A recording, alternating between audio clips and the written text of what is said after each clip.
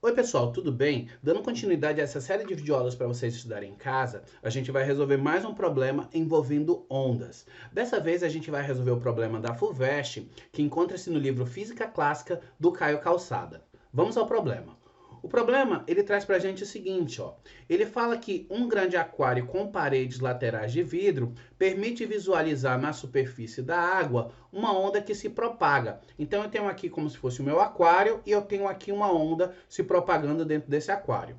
A figura representa o perfil de tal onda no instante t0. E ele fala também que durante a passagem da onda, uma boia em uma dada posição oscila para cima e para baixo, e o seu deslocamento vertical y em função do tempo está representado no gráfico aqui abaixo.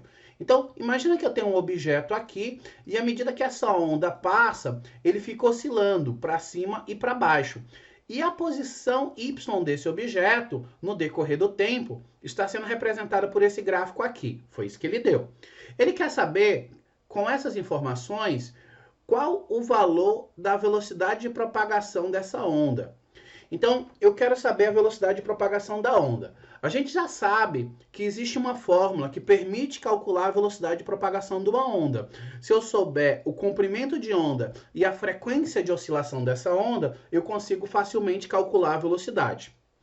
Eu decidi pegar esse problema para resolver com vocês porque ele traz uma coisa diferente dos outros problemas que a gente resolveu até agora. Ele traz duas imagens como se fossem dois gráficos.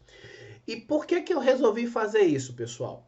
Porque é importante que a gente saiba, a partir do gráfico, retirar as informações que a gente precisa. Como vocês viram, eu preciso do comprimento de onda e da frequência. E como a gente vai encontrar isso? A gente vai usar essas duas imagens aqui, ó, essa e essa outra. Primeiro, você deve fazer o seguinte, você deve olhar aqui no eixo horizontal, qual é o tipo de informação que você tem.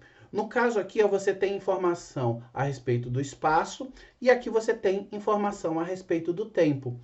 Para encontrar o comprimento de onda, você vai usar o gráfico que tem informação na horizontal a respeito do espaço. Nesse caso aqui, ó, eu tenho que a distância entre as bases desses retângulos aqui, ó, elas são iguais a 5 metros.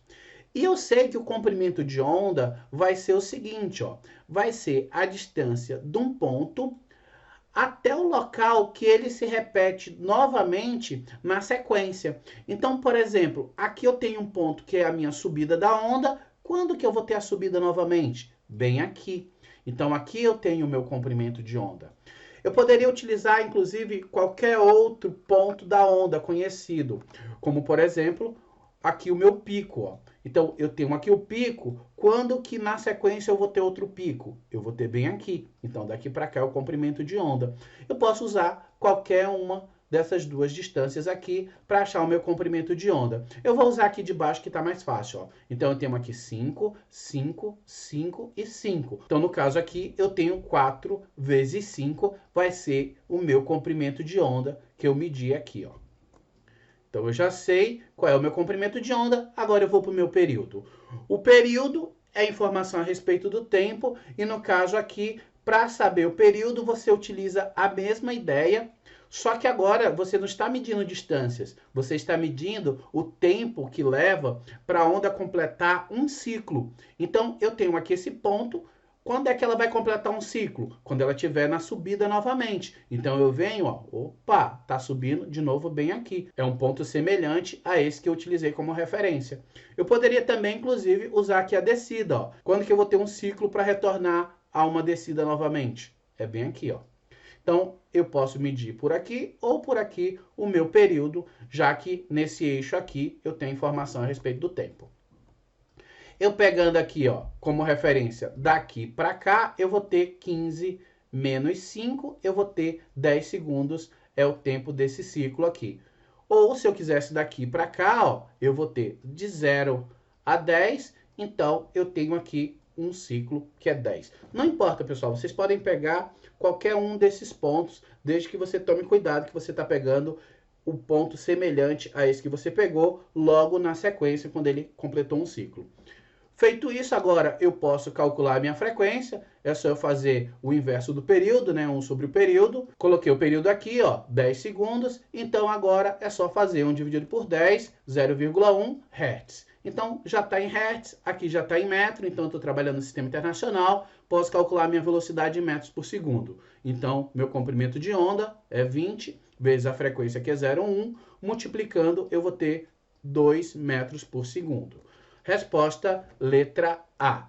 Notem, é simples, pessoal, resolver esse tipo de problema, desde que você saiba tirar a informação dos gráficos que vocês têm.